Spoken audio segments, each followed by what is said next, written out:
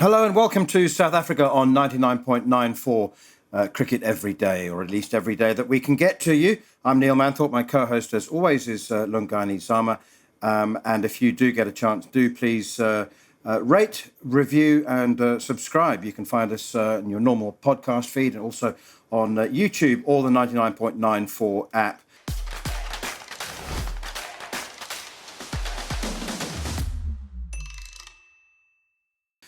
We're talking about South Africa's Test series, first Test match in Australia, of course. I was there at the Gabba. Lungani was up in the night watching as much as he could and forming an opinion from the highlights packages, which from a South African point of view, I would think was very short. Certainly when South Africa were batting with the ball, there were plenty of highlights packages. Some say that the Test match was very close, Sums. The fact that Australia stumbled to 35 for 4, needing 35 for victory. To my mind, South Africa were 5-0 down if it was a soccer game and scored 3 late consolation goals in the last 10 minutes to make this final scoreline 5-3. To make it look close, that's how it felt to me. What did you think? Yeah, man, there was never a time in that match when you felt South Africa were ahead or even equal. It always felt as if they were behind the game and it was a question of how much they would lose by and not whether or not maybe they might win, especially after that first innings. So, yeah, to lose by 6 wickets is a bit flattering. In reality, it felt like a much heavier defeat than that. And I think psychologically it probably was, because the one thing that we knew was that the bowling attack could compete against any attack. But whatever mental scars or fears that the batting had came back to the surface, and I don't know, I'm not too sure how you recover from that with a couple of days before the Melbourne Test. Okay, well, we're going to come on to changes that South Africa might make. I thought that Dean Elgar missed a little bit of a trick after the Test match. I don't think that he should have really got involved in commenting on the pitch, to be honest. I just think that there were so many things that he stood to lose by saying that it was a poor advertisement for Test cricket. Fact is that, the Test match finished inside 2 days, and everybody's saying it's only the 24th time that the Test match has finished in 2 days. That stat only refers to the fact that it finished on the second day. It doesn't refer to the fact that 2 days, equivalent of 2 days playing time. Actually, it's the third Test in a row in playing time, in number of overs, that has finished in the equivalent of 2 days. So for Dean to say it was a poor advertisement for Test cricket, I don't think he should be concerned about advertising Test cricket. Just win it. Just win the game. Watch the ball. It was always going to be used against him. I mean, yes, it was a poor pitch, definitely, and it's been confirmed by the ICC. Match referee Richie Richardson rated it below average rather than poor. But when Dean confirmed that he had asked the umpires on the second day whether they thought it was safe, I found that really hard to take seriously. I reckon that was his 80th Test match, Dean Elgar. I reckon he's played at least a dozen at home on spicier pitches than that one. Yeah, I mean, there was a time when the South African team would request spicy pitches, as they were called, to balance out the playing field, especially when teams like India would come to these shores. So, it's a bit convenient to then call it so spicy that you deemed it might be too dangerous. It's definitely, there was a lot in the wicket. But as you say, there's been, I can think of a handful of matches in South Africa where, Newland's early season in 2017-18, when India came here, Centurion pitches, where they've literally asked groundsmen to leave a sprinkling of grass to make sure that the bowlers can take advantage. And batsmen are happy to take the risk. And I'm sure there's been press conferences with Dean himself before he was captain, said that it's part of the job. You've just got to man up and wear a few blows, but that's the job you're doing for your team. Definitely focusing on the wrong thing. South Africa just didn't bat well. I think actually the spiciness of that pitch brought the results a bit closer. Like you said, it felt like a 5-3. If it was a flat Gabba pitch, South Africa might have lost by an innings and plenty. And that's something to consider as well. The fact that it was that sporting a wicket allowed the bowlers to have an even bigger say and sort of masked some of the shortcomings of the batting because Australia struggled with the bats as well. So you mentioned Newlands. Actually, at the Wanderers 6 years ago, against India, that pitch was actually marked down as poor. And if you remember, it was a monster of a pitch. And the captain, Dean Elgar, carried his bat, which he's done 3 times in his career. He faced 240 balls. He finished 89 not out.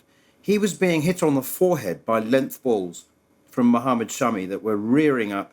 He was hit in the shoulder, in the body, in the head, and that was a monster of a pitch.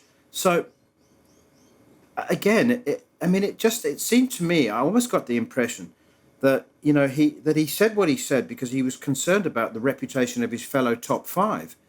It was it wasn't a great pitch, but what would you rather have? A road on which teams score 600 for 4 on the first 2 days, and we head inevitably towards a draw. Would you want a whole series played on pitches like at the Gabba? No, definitely not. But which one's going to attract both the seasoned viewers like you and me, or the new audience? One that finishes in 2 days and wickets fall every 28 balls, or a flat one? Well, a flat one, South Africa probably would still be chasing leather as we speak, because that Australian top 6, a lot of them are either in form or looking ominous to get into some serious touch.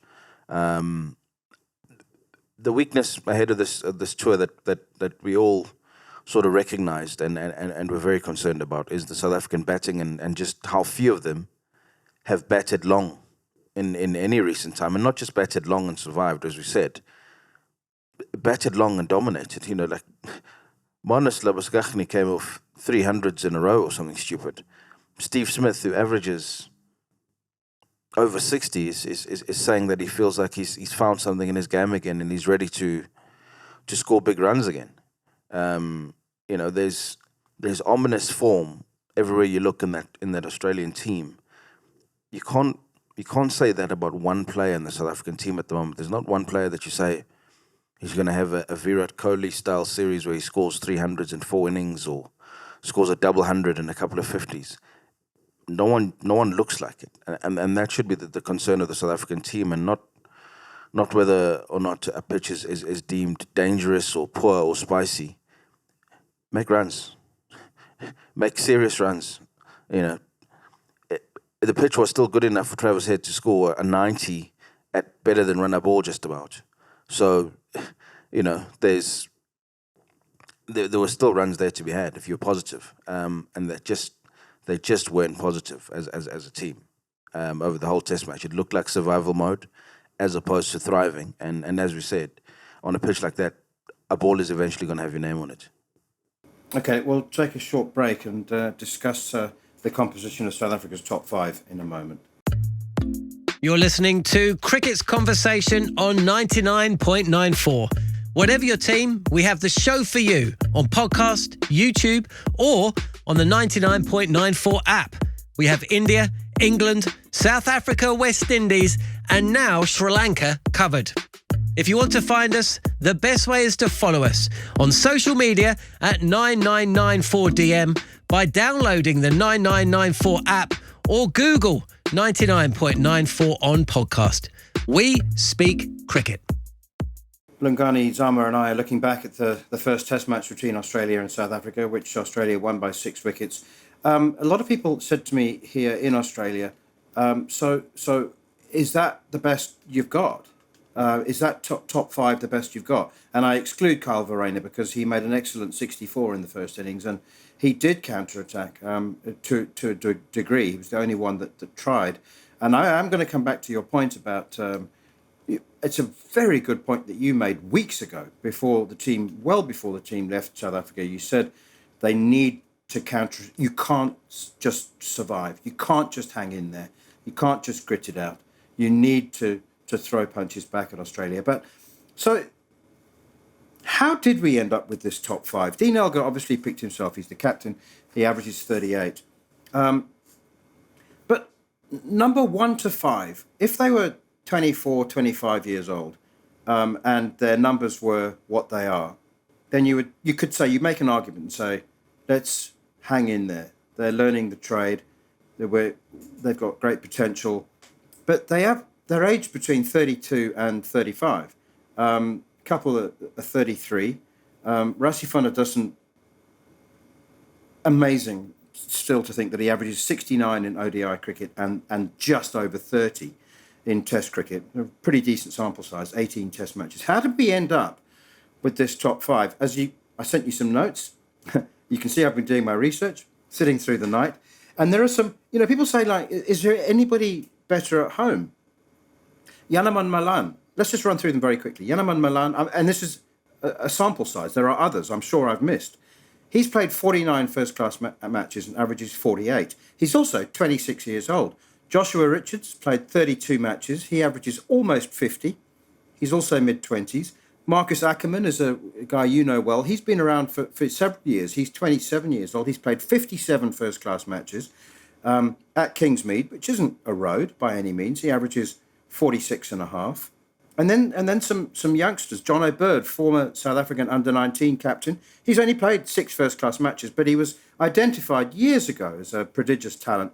And he's averaging 57 and a half. Evan Jones has played 10 games. He's averaging 71. And Jordan Herman, who was a Titans prodigy, moved down to the Eastern Cape to get some game time and has showed exactly what he can do. He's played 8 first-class matches. He averages 71. So I'm not saying panic, throw everybody out, start with a clean slate. But we have a selection convener, and I'm not sure, and you probably don't know either, who else is on the selection panel. But they've got to start doing some selecting. Yeah. At the moment, it just feels like let's not rattle the cage and let's just keep to what we know and absolutely no surprises. And the thing is, a lot of that top 5 sort of bats in the same gear as well. It's very steady Eddie. It's a strike rate of about 40 or 50. There's no impetus. And again, we keep on looking at others when we look at the way the Test cricket is going and how people transfer pressure. England selected Liam Livingstone primarily to give their innings a boost when the second new ball comes and attacks are tired. Like specific counter-punching people. Like you almost call it a pinch hitter in Test cricket. But, remarkably, they're scoring at 6s and 7s all the time. And that kind of pressure is a lot. And it's not as if we're looking at this from afar, because South Africa played against them just last winter and saw and felt that relentless pressure that England play with. They've committed to it and they're not going back. You couldn't say what road South Africa have picked as a strategy to approach Test matches to either win them or compete in them. It's just we will pick the people that we've picked for the last few years and we'll hope they figure it out when they get in the middle. And if they don't, well, then we're in cuck. And more often than not with the bat over the last 3 years, South African teams have found themselves, in trouble because it hasn't changed. And not just changed. You don't feel like there's somebody who is knocking on the door, or if others have been told, there's someone knocking on the door. If you do not perform, or if you do not show signs of turning a corner, we're going to have to let you go and give someone else a chance. It doesn't feel like that. It really doesn't. And that's probably a bigger concern than people being out of form. There's there's no pressure on them to be out the team soon, because they're almost guaranteed a spot on the basis that you've played a handful of test matches. You will play until you're ready not to play this format. And that's very, that's not the way that you build a test squad that can go out there and compete at the highest level. See, I think, Sams, that nobody within, well, maybe not the Proteas themselves, but nobody within the hierarchy just above them, nobody at sort of director of cricket level has really grasped the reality that selection has got to change fundamentally, because there are only 7 first-class games in the current structure of South African first-class cricket. You know, that we're still living in the past, where it's like, go away, make a bucket of runs, score 1,000 runs, 800 runs a season for a couple of years, and then earn the right to be selected. Well, those days are gone. Even in England, they just picked Rian Ahmed. I know. Look, we're going to talk a lot about England, and I'm not suggesting that we try and emulate the way that they play the game. Everybody's got to find their own way, but they have reinvented the way that they think about the game. They, like you said, they picked Liam Livingstone. His first-class record was rubbish, but they said, you are a quality cricketer.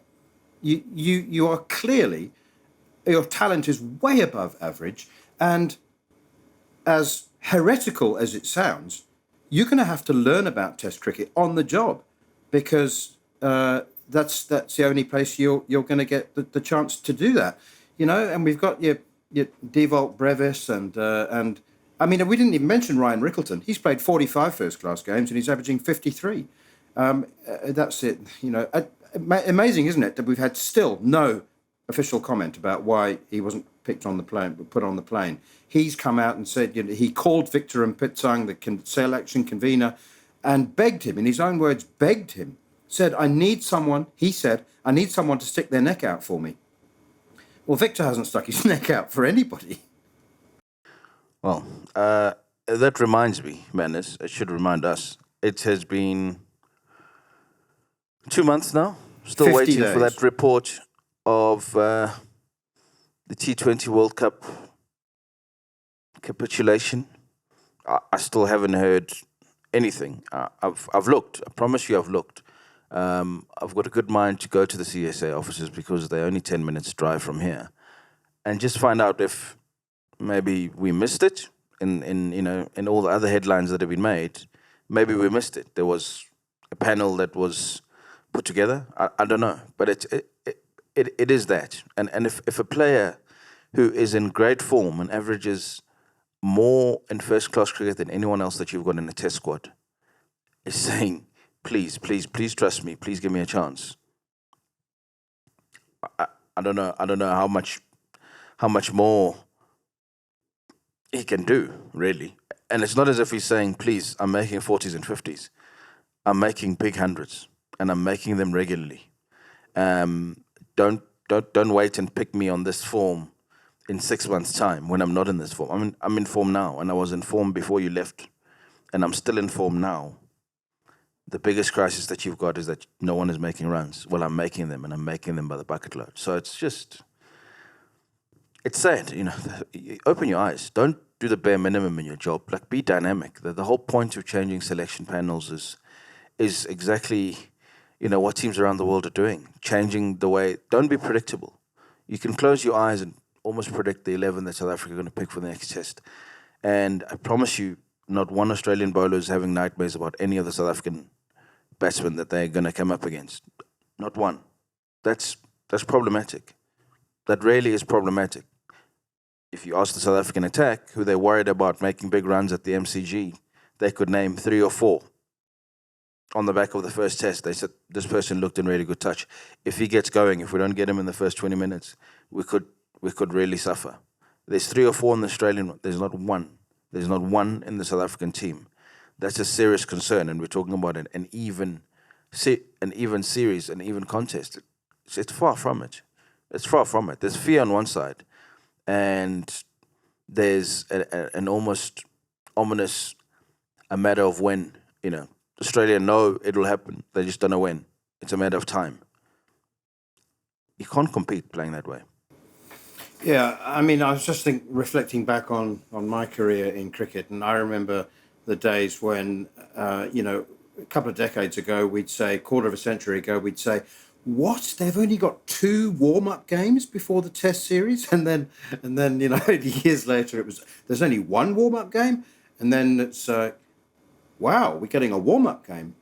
That you have to in order for and I would be the first to say you can't learn Test cricket on the job, and now I am 35 years later saying that's what you have to do. You're going to have to learn to play Test cricket on the job. I've got another question for you in a moment, but we need to take another short break.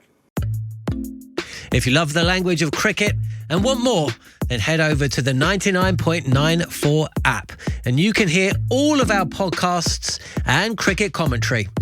We're adding new shows all the time and covering cricket series from all over the world. Be the first to hear all of our announcements by following us on social media at 9994DM. Welcome to Cricket's Conversation. All right, we're back in section 3. We're going to wrap this podcast up. We're looking back at South Africa's first Test match against Australia at the Gabba, which they lost by 6 wickets. Everybody's talking about England, and we have. Of course, we're going to mention them because they have revolutionised Test cricket in the last 6 months. It's absolutely incredible. Brendan McCullum and Ben Stokes said that they wanted to entertain. They felt that was a duty, and they wanted to draw people back to Test cricket. And the England team are playing very much in the image of their captain. So Dean Elgar's got a great deal going for him. He's the most experienced player by a long way.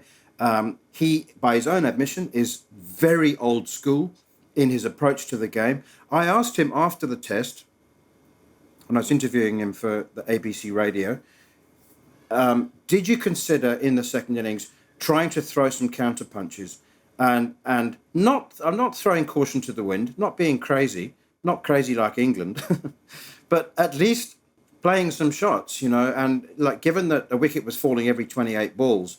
And given that every batter knew that there would be a delivery with his name on it sooner rather than later, did you consider just being positive, throwing some punches, and if you were bowled out for 90 in so doing, then so be it. You just accept it. And he said we did think about it. The time to have done that would have been at lunchtime. That's when South Africa were 3 for 2, and he immediately said, we considered it, but I like to see guys gritting it out. And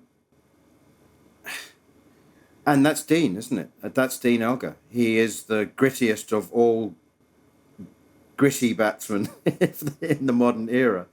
And so the team were to play in his image. I mean, we just spoke to Kaya Zondo a short while ago.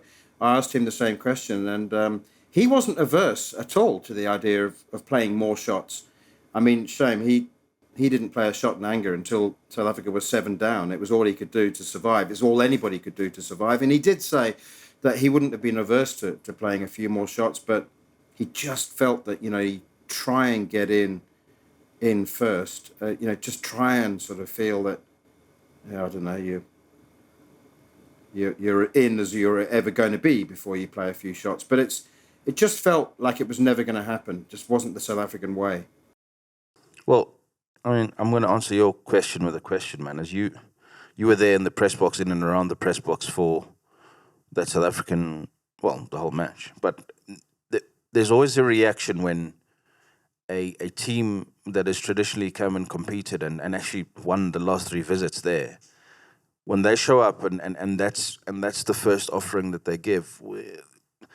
There's always murmurs and reactions in the press box. What was the reaction to the way that South Africa capitulated, not just in the first innings, but in both innings? Shock and disappointment. Honestly, the series was billed as the beginning of the real thing, the real summer, the main course, because the West Indies came here and were woeful. So shock and disappointment, really.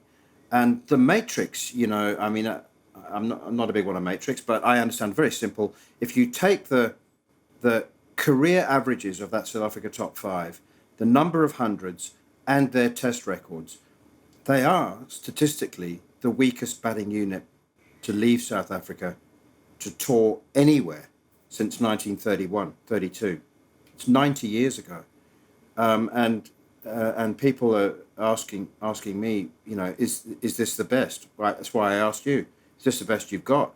Well, I don't think it is, and I think it's to a degree as well. It's the sort of compartmentalisation that is going on in South African cricket of our best players, like Janneman Malan. Why is he in the one-day international box? How did he end up in that box? Because that's what we do. We box cricketers in, and that's your lot. Well, I say cricketers, most, and a lot of them struggle to break through. It's a very rigid way of thinking that we see you as a white ball cricketer. So therefore, until kingdom come, you are only going to be looked at as somebody who can play for us in white ball cricket. Oh, you've made double hundreds. Oh, you average 50. That's great, but we will stick with the guys who average 35 because we've boxed them as test cricketers and we've got to give them every opportunity. It's backward. You said it. It's a backward way of thinking, and it doesn't advance the game. It doesn't advance the team. And the reason I asked you what the reaction was is because, wherever you tour, if your last impression of the team was, this great side that came and scored hundreds and won and was confrontational and had an attack. South Africa's batting used to be its strength. The bowling used to be, follow up on that. The fact that it's the reverse now, and you're just looking around and going, who on earth is going to make runs? That's the one thing South Africa has never toured Australia in the last 30 years and said, who's going to score runs? There's always been people who are going to score hundreds. It's just that Australia scored 200s, sometimes more and quicker. The fact that you can't look, the team barely scored 100 as a team, so it is sad to know that a contest that was awaited so eagerly, within 2 days, people are looking around going, is that it? Is that all you've got? That is sad. And you wish some of those that picked the team understood just how low and how quickly the stock has fallen, really. Final word on this pod then. Pat Cummins said, I thought, never a truer word after the Test match. Being a bowler, and along with all the other bowlers, past and present and current, all said that didn't think there was anything much wrong with the pitch. All the batsmen moaned and whined about it. But here's the thing. Pat Cummins said it was the same for both sides. It sounded a bit trite and a bit like a cliche, but it was never, ever truer. It was the same for both sides. And here's the thing, Zams. South Africa's batsmen have got more experience on pitches like that than Australia's. You barely get a spicy pitch that sideways movement and up and down bounce in domestic cricket. They love preparing roads. And the Australian kookaburra has got a flatter seam. That's why all their batsmen are whining about it. South Africa's batsmen should have been better. Actors don't complain about the stage. They just get on with it. That's what's so disappointing, is that they should have been able to do better. Well, the difference in this 2-day Test match was Travis Head and his 90. He turned his 90 into a 20. And Australia suddenly bowled out for 140, 150 as opposed to 200 in the first 220. 220. Suddenly, it's a one innings shootout.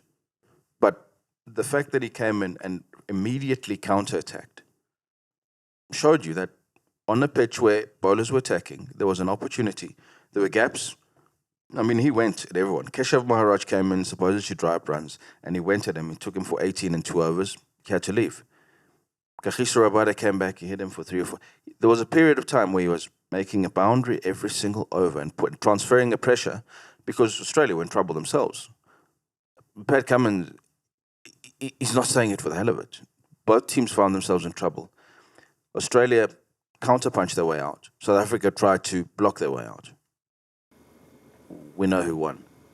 Exactly. We'll have more looking ahead to the second test match at the MCG in a couple of days' time. But that's all for now. Thanks for listening to South Africa on 99.94. We speak cricket at least twice a week, if we can. Time difference allowing in current situations. Please rate, review and subscribe if you enjoy the podcast. And I know that Lungani and I are both getting quite a bit more feedback, quite a lot of feedback. So keep your questions coming as well. We'd love to keep answering them in future editions. You can download the 99.94 app, of course, and follow us on Twitter at Neil Manthorpe and at Wamzam17. We'll talk to you again in a few days.